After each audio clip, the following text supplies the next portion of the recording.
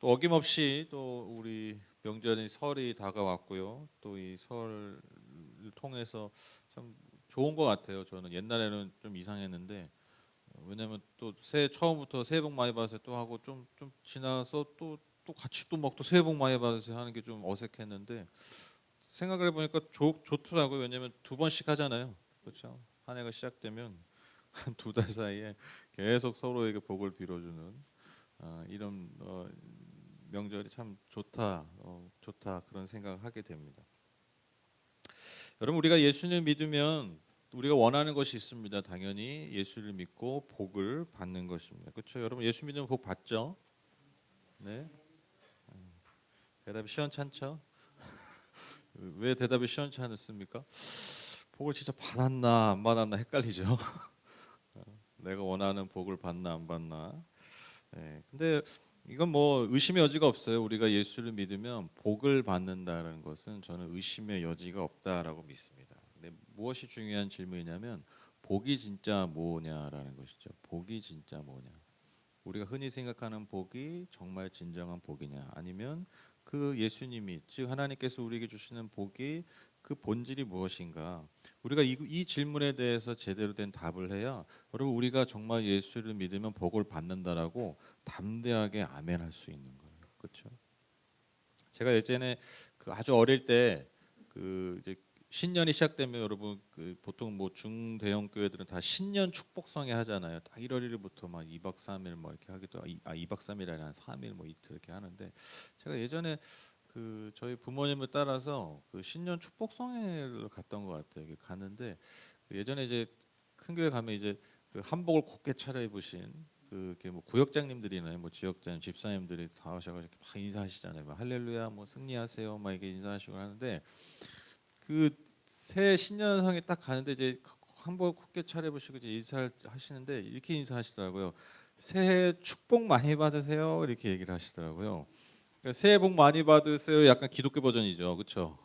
새해 축복 많이 받으세요 하는데 근데 그게 제가 어린 나이였는데도 뭐라 그럴까요? 굉장히 좀 이질적이고 좀 너무 좀 이상하더라고요.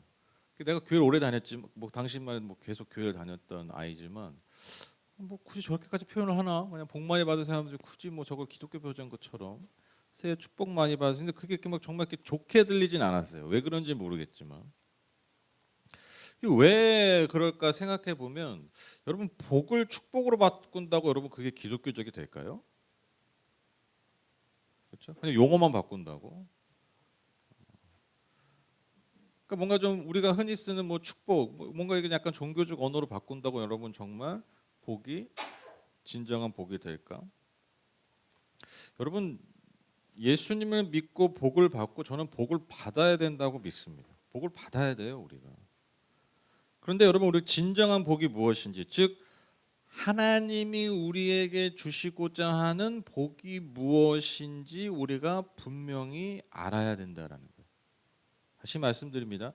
진정한 복이 뭐냐면 하나님이 우리에게 진짜 주시고자 하는 복이 무엇인지. 여러분 이것을 우리가 분명하게 깨달아야 된다는 것이죠. 이것이야말로 단지 새해 복 많이 받으세요를 새해 축복 많이 받으세요라는 그 용어를 바꾸는 것에서 여러분 멈추는 그 용어를 바꾸는 게 여러분 기독교적으로 되는 게 아니에요. 하나님이 진짜 우리에게 원하시는 주시고자 하는 복이 무엇인지 그것을 우리가 분명하게 깨닫는 것.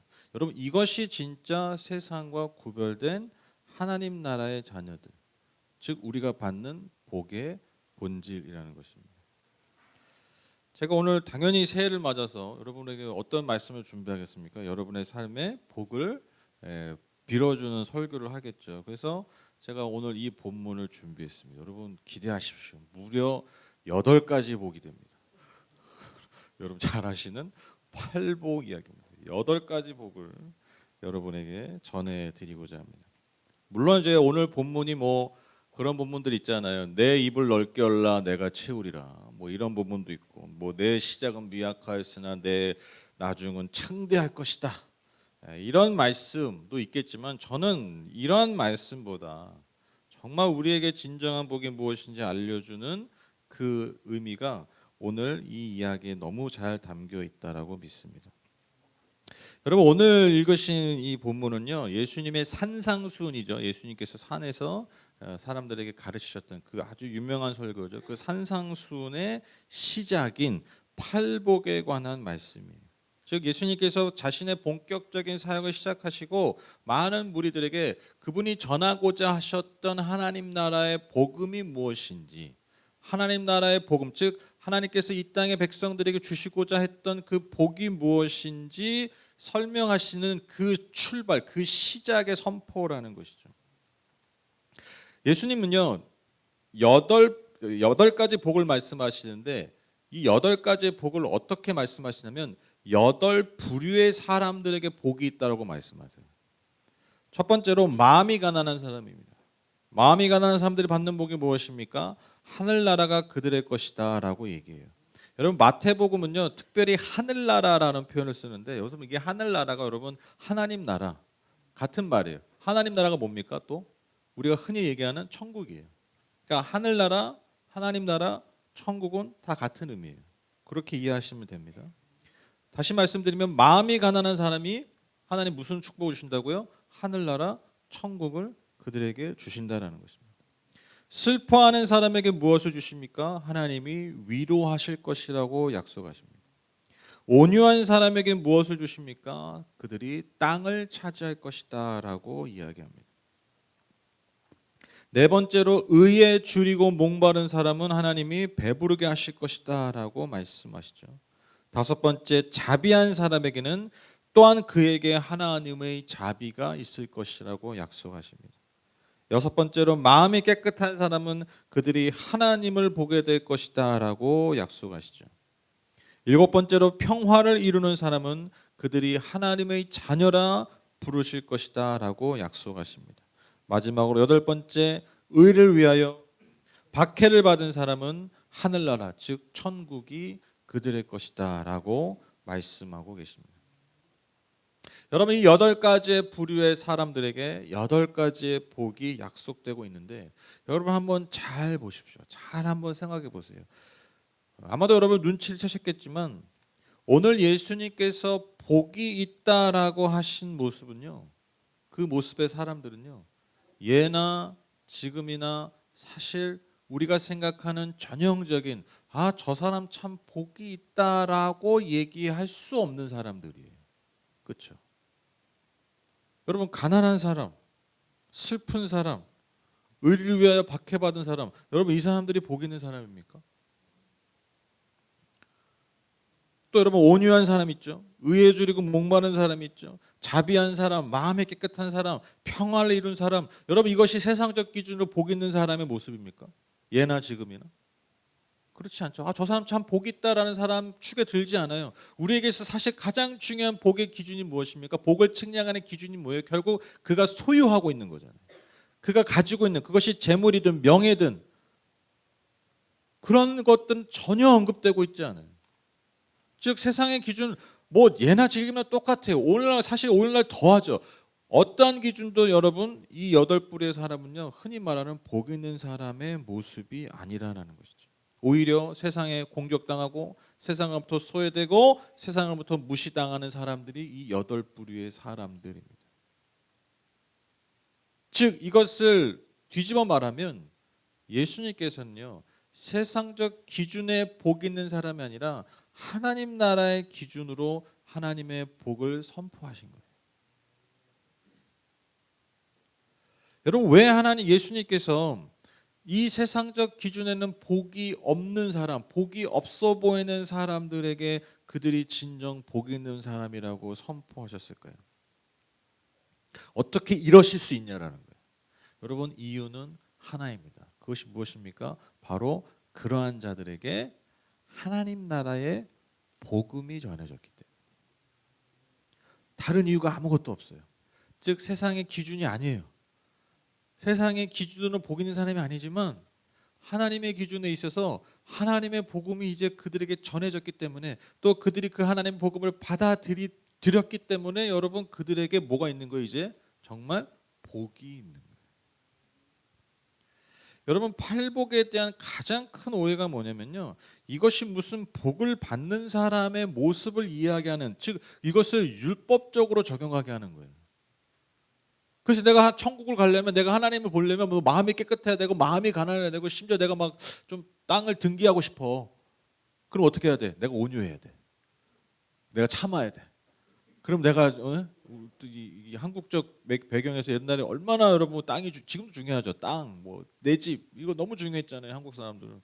그래가지고 여러분 옛날에 항상 우리가 아주 적나라하게 얘기는 하지 않지만 우리가 온유해야 된다. 왜?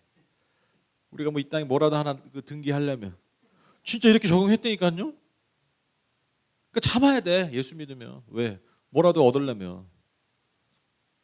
싸우지 말고 온유하게 그렇게 살아야 우리가 땅을 차지한다.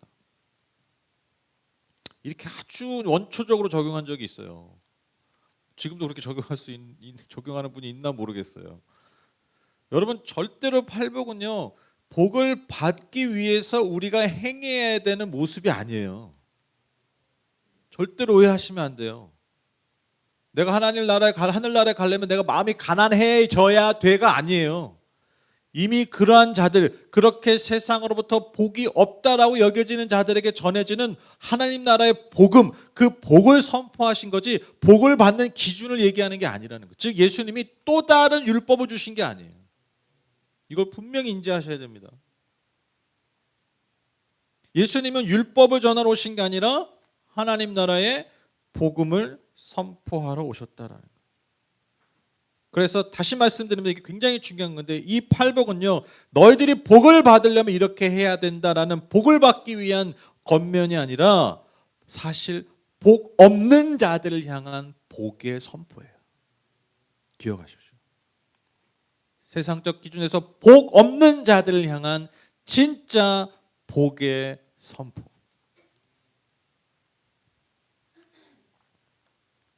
여러분, 팔복은요 사실 구약에 나왔던 예언의 성취입니다.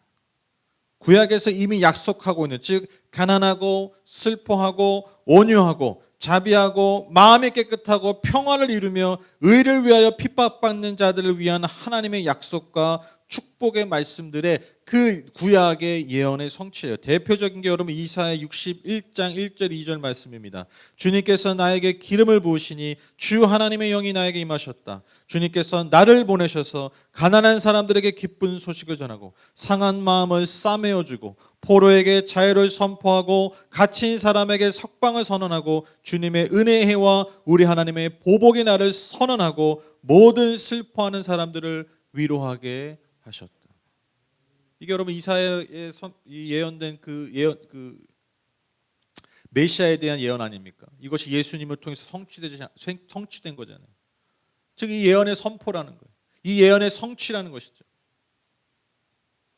예수님을 통해서, 그 팔복의 선언을 통해서, 이제 예수님을 통해서 그 구약의 예언이 성취되었음을 지금 예수님께서 선언하고 계신 것이죠.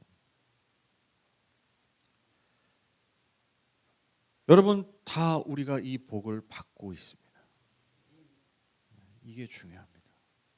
저와 여러분이 이미 이 복이 충만히 성취되었습니다. 제가 개인적으로 신앙생활을 오래 하고 또 나름 뭐 이제 이 사역의 길에 들어서서 이 사역자의 삶을 또 오래 나름 하지 않았습니까? 지금 벌써 보니까 한 15년 이상, 15년이 뭐예요? 16, 17, 18년? 19년 다 돼가는 것 같은데, 사역하고 제가 이제 목사가 된 지는 10년이 넘었고요.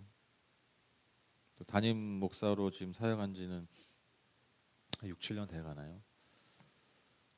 시간이 이렇게 빨리 갔는데, 근데 제가 뭐 정말 많은 경험들이 있었고 또 많은 하나님이 주신 은혜를 경험하고 또 많은 어떤 좌절의 순간에서 또 하나님이 저를 건져주시고 또 저를 회복하시는 그런 수많은 어떤 신앙적 경험들, 신앙적 어떤 사역의 경험들, 이 모든 순간들을 통해서 제가 정말 내가 그토록 믿고 있고 기대고 있고 내가 말하고 있는 그 복음, 그 복음의 은혜가 얼마나 큰지, 그 복음이 내게 주신 복이 사실 얼마나 크고 놀라운지 제가 정말 깊이 깨달은 적이 언제인 줄 아세요?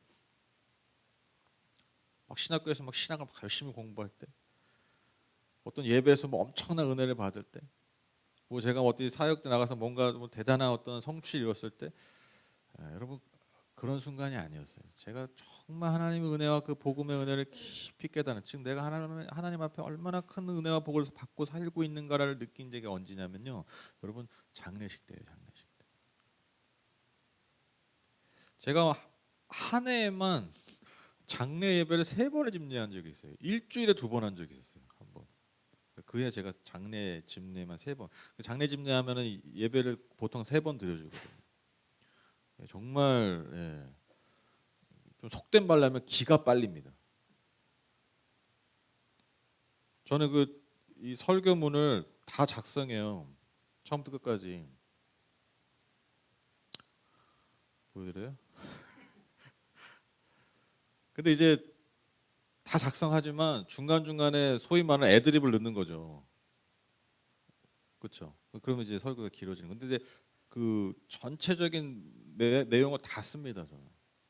그리고 이제 그 안에서 제가 이제 더 추가하고 하는데, 제가 장례 예배 설교는요, 처음부터 끝까지 읽어요. 왜 읽냐면 말 실수 안 하려고.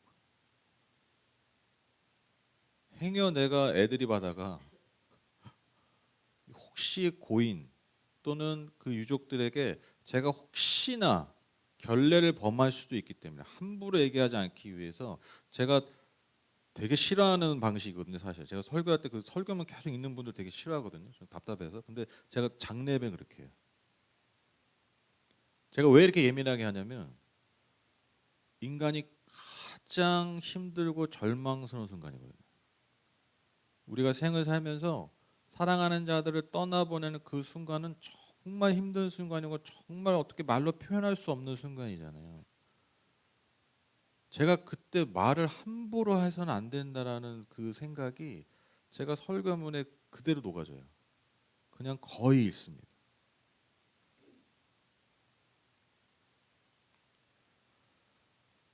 여러분, 인간이 정말 아무것도 아니게 된 순간이 죽음의 순간이에요. 그 인간이 얼마나 대단한 인간이었던지 몰라도요, 여러분 그 죽음의 순간은요, 아무것도 아닌 존재가 돼요. 그렇죠? 그 사람이 성취했던 것, 그 사람이 뭐 쌓아올렸던 모든 업적들이 아무것도 아닌 순간이 돼버려요. 그게 죽음의 순간이에요. 여러분 더 놀라운 거 얘기해 드릴까요? 그 사람이 주님을 위해서 엄청난 일을 해도요, 그게 그 죽음의 의미를 바꿀 수가 없어요. 그거 아세요? 심지어 그 사람이 세상적인 엄청난 성취를 해도 그게 죽음 순간 아무 의미가 없잖아요. 심지어 그가 주님을 위해서 했던 순간도요, 그 순간에 사실 아무 의미가 없어요. 아무 의미가 없어요. 그게 소망이 됩니까? 그게 소망이 돼요? 제가 만약에 설교문에 아유 이 권사님, 이 집사님이 주님 위해서 이렇게 헌신하셨어요, 이렇게 훌륭하게 사셨어요, 그래서 이분에게 소망이 있어요, 제가 이렇게 얘기할 수 있나요? 목사가? 아니에요. 아무 의미 없어요. 그게 소망이 안 돼요. 놀라운 게 뭔지 아세요?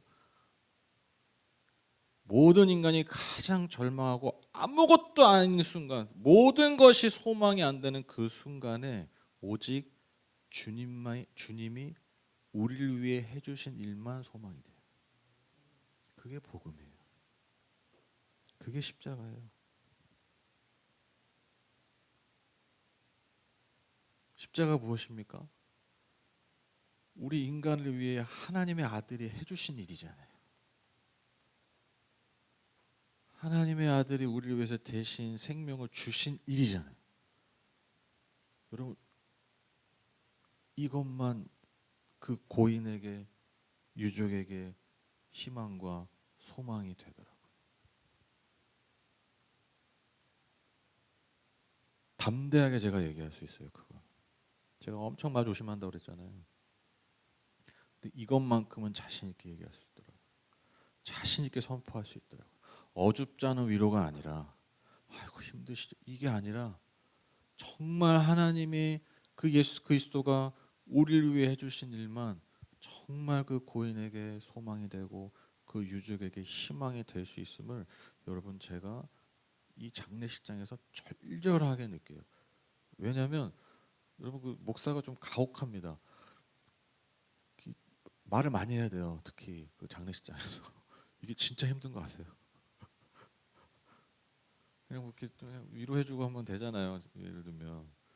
근데 우리는 장례식장 가서 막 얘기를 많이 해야 돼. 말을 많이 해야 돼. 엄청 부담돼요, 진짜. 그래서 말 아끼게 되는데 이 말만큼은 자신 있게 얘기할 수 있다니까요. 예수님께서 우리를 위해 주신 그 희생 때문에 우리 모두에게 소망이 있습니다. 우리 모두에게 여전히 희망이 있습니다. 가장 깊은 절망 가운데서도 소망을 이야기할 수 있는 근거가 어디 있다고요? 예수님이 우리를 위해 해주신 일 때문에. 그게 복음이에요. 놀랍지 않으세요? 가장 깊은 절망 가운데서 우리가 여전히 복이 있다라고 말할 수 있다. 우리가 여전히 소망이 있다라고 이야기할 수 있는. 우린 그 소망과 희망을 향해서 여전히 나아가고 있다라고 얘기할 수 있는. 여러분 이것이 복음을 통해서만 가능하다라는 것입니다. 그래서 제가 그때 깨달았어요. 아, 복음이 정말 강력한 힘이 있구나. 이게 진짜 우리의 삶의 소망이고 희망이 되는 거예요. 여러분 우리가 이 땅에 예수를 믿고 살다가요, 분명 우리가 가난할 때 있습니다. 마음이 깨어질 때 있습니다. 슬플 때 있습니다. 핍박받을 때 있습니다. 예수님 믿을 때, 여러분 예수님 믿는 것 때문에 여러분 세상 사람들이 보기에, 세상에 볼 때 어리석어 보이는 모습일 때도 있어요. 뭐 이렇게까지 해야 되나? 그러다 여러분 진짜 손해가 볼 때도 있습니다. 볼 때 있죠? 없으세요? 예수 믿고 나 손해 본 적이 없다. 예수님이 다 되더라 나 뭐 그런 분이 있어요? 네, 오늘 회개하시기 바랍니다. 그럴 수가 없어요. 그럴 수가 없어. 여러분 이게 당연한 거예요. 때로는 아픔과 고통을 겪을 수 있습니다. 근데 또 이게 꼭 뭐 예수를 위해, 예수님 때문에만이 아니에요. 여러분 우리가 똑같이 이 세상 사람 모든 인생이 다 그러하지 않습니까? 다 어렵고 힘들어요. 다 때로는 고통을 겪습니다. 그런데 여러분 우리가 모두가 똑같이 고통을 당하지만 여러분 우리가 다른 게 뭐라고요? 우리의 삶이 때로는 가난하고 때로는 어렵고 슬프고 더디고 고통스럽다 할지라도 여러분 우리가 그 상황에서 무엇을 믿고 선포할 수 있다고요? 내 삶에 여전히 복이 있다. 내 삶에 여전히 복이 있다. 내가 지금 겪고 있는 이 상황들, 이 컨디션 때문에 내가 복이 있다 없다 결정되는 것이 아니라, 내가 성취하고 내가 이룬 것 때문에 내가 복이 있다 없다라고 결정되어지는 것이 아니라, 오직 그 모든 순간에서 예수님이 나를 위해서 주신 그 하나 때문이라도 내 삶에 여전히 복이 있다라고 얘기할 수 있는 것, 선포할 수 있는 것. 여러분 그게 그리스도인들. 그게 팔복이 우리에게 주는 복의 핵심이에요. 너가 어떤 상황이다 할지라도 아니야, 세상이 너가 복이 없다 하는 존재라 할지라도 아니야, 나 때문에 넌 복이 있는 거야. 너가 가난해도 슬퍼도 어렵고 힘들어도 오해받고 핍박받아도 심지어 지금 고난 가운데 있다 할지라도 넌 여전히 복이 있는 사람이야. 아니 너는 영원히 복이 있는 사람이야. 여러분 이게 우리에게 전해주신 예수 그리스도의 복음입니다. 복음, 복된 소리예요. 그러니까요 여러분 예수님이 이 팔복을 마무리하시면서 이렇게 선포하실 수 있는 거예요. 너희는 기뻐하고 즐거워하여라. 하늘에서 받을 너희의 상이 크기 때문이다. 우리가 이것을 향해 가고 있는 거예요. 결론을 맺겠습니다. 로마서 8장 35, 39절 말씀입니다. 우리 다 함께 읽으실까요? 서로를 축복하면서, 나를 축복하면서 읽을까요? 시작. 누가 우리를 그리스도의 사랑에서 끊을 수 있겠습니까? 환난입니까? 공고입니까? 박해입니까? 굶주림입니까? 헐벗음입니까? 위협입니까? 또는 칼입니까? 성경에 기록한 바 우리는 종일 주님을 위하여 죽임을 당합니다.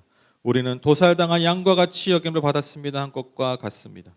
그러나 우리는 이 모든 일에서 우리를 사랑하여 주신 그분을 힘입어서 이기고도 남습니다. 나는 확신합니다. 죽음도 삶도 천사들도 권세자들도 현재일도 장래일도 능력도 높음도 깊음도 그 밖에 어떤 피조물도 우리를 우리 주 예수 그리스도 안에 있는 하나님의 사랑에서 끊을 수 없습니다. 아멘. 여러분 그래서 복 있는 사람이잖아요. 저희는 하나님의 사랑에서 영원히 끊을 수 없는 그러한 존재들. 그게 바로 저와 여러분입니다. 우리 마지막 고린도후서 6장 8절 10절은 제가 읽을게요. 우리는 속이는 자 같으나 참되고 무명한 자 같으나 유명한 자요 죽은 자 같으나 보라 우리가 살아있고 징계를 받은 자 같으나 죽임을 당하지 아니하고 근심하는 자 같으나 항상 기뻐하고 가난한 자 같으나 많은 사람을 위하여 많은 사람을 부요하게 하고 아무것도 없는 자 같으나 모든 것을 가진 자로다. 아멘. 그래서 오늘 제가 설교 제목을 이렇게 줘봤습니다. 설교 제목이 뭐죠? 네, 완료형이죠.